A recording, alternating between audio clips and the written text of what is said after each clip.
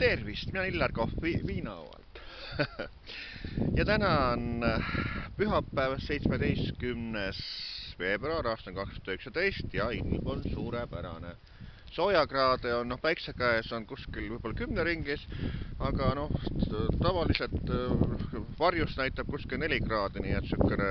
hästi meeldiv, pigem kevadine kui talveilm. No see on nüüd ilmajuttu nagu sissejuhatuseks, aga tegelikult tahtsin rääkida sellest, et eile õhtu ma vaatasin esimest korda Eesti Laulu,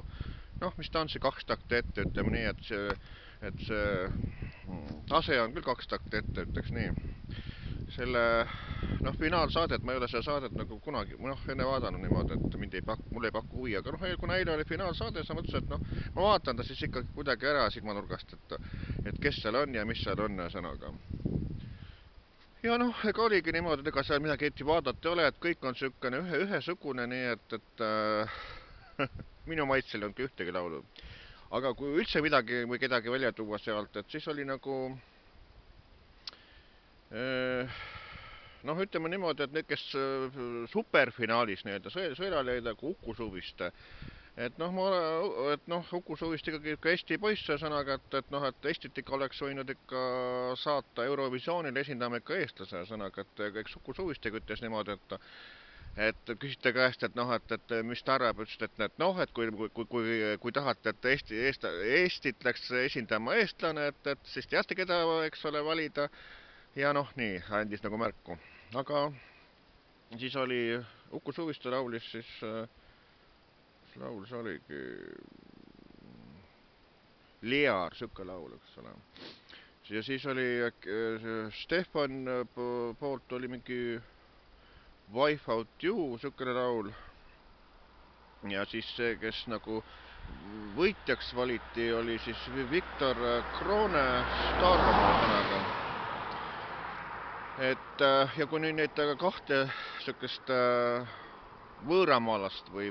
teisest rahvusest lauljat nagu vaadata, et siis see Stefan oskas veel eesti keelt, eks ole, aga see Viktor Kroone, et see ei oskanud ju absoluutselt eesti keelt, et tema räägiti õps inglis keeles ja sõnaga. Et kuigi ta oli selle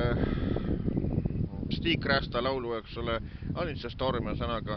See nüüd selleks, Stig Rästa võib ju eestlane, eks ole, on, eks ole, aga Storms on ka nagu ingliskeelse sisuga sõnaga, et siin pole vahet, et kas see laulu kirjutab nagu eestlane või mingi inglane, eks ole, aga kuidas ikkagi niimoodi on, et siis eestlased valivad ikkagi Eurovisioonile ikka teisest rahvusest esindaja sõnaga, et vaat sellest mina aru ei saa, et miks eestlased ei hinda siis oma rahvuskaaslase sõnaga, et kui jälle teisest küljest nagu vaadata, et kui näiteks, ütleme, et selgeltnägijate tuleproovid on, et siis näiteks, et valiti nagu see Eevolt Piirisild või Eevolt Kotkasulg valiti nagu siis parimaks selgeltnägijaks, et kuigi väga tugev oli ka siis Sanna Sahanenko sõnaga, kes on samuti praegust nagu teada, et ta Eestis elab. Ja siis, või siis näiteks toome teise näite, et Anne Vesker osalenud Venemaa nende superstaari saadetes nendes, aga mitte kunagi ta ei ole esimeseks seal tulnud, et ikka teda on siis, ma ei tea, see kuskil teisel või kolmandal kohal või ma ei tea, mitmel kohal ta öeldud, aga ikka valitakse nagu Venemaa poolt valitakse ka ikkagi jälle võitjaks valitakse ikka oma rahvuse esindajad, et Anne Vesker võib eestlasena olla seal nii hea ja arvustus kui tahes, aga oma rahvust ikka nii palju hoitakse sõnaga, et ikka oma rahvusest valitakse ikka võitjaks. Aga eestlased seda moodi talita, et nemad ikkagi poevad ja koogutavad seda välismaa poole, et ikka valida teisest rahvusest võisma esindajad. Mul ei ole selle Viktor Kroone vastu ka mitte midagi, et laulu polnud ka viga, aga asi on põhimõttes, et ikkagi Eestit ikka võiks esindada minna eestlane, aga mitte teisest rahvusest või niimoodi. Ja mis päris üllatus oli see, et näiteks Sünne Valtri, kes oli Patuse poolega, oli väga hinnatud ja YouTube'is on siis nagu väga palju neid erinevate lauludele vaatamisi, vaata mingi 500 000 või palju neid on. Ja siis superpopulaarne, eks ole, aga Eesti laulus seal hinnatud seda absoluutselt. Et välismaa, kes punta andsid sõnaga, sealt jäi nagu viimast hulka ja Eestis nagu, et jäi ta sinna lõpuossa, et et sellistest võistlustest ei arvata tast mitte midagi, sõnaga, et ta võib nüüd teha mingi uue bändi või mis tahes ja noh, laulab kenasti, pole viga, aga jah, et nüüd näidati ära, et selliste konkursside osas, et